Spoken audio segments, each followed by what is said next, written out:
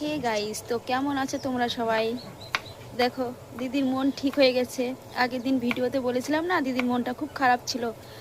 তো আজকে মনে হচ্ছে মুখে হাসি ফুটেছে, মনটা খুব ভালো আছে। না না, মন ভালো নেই।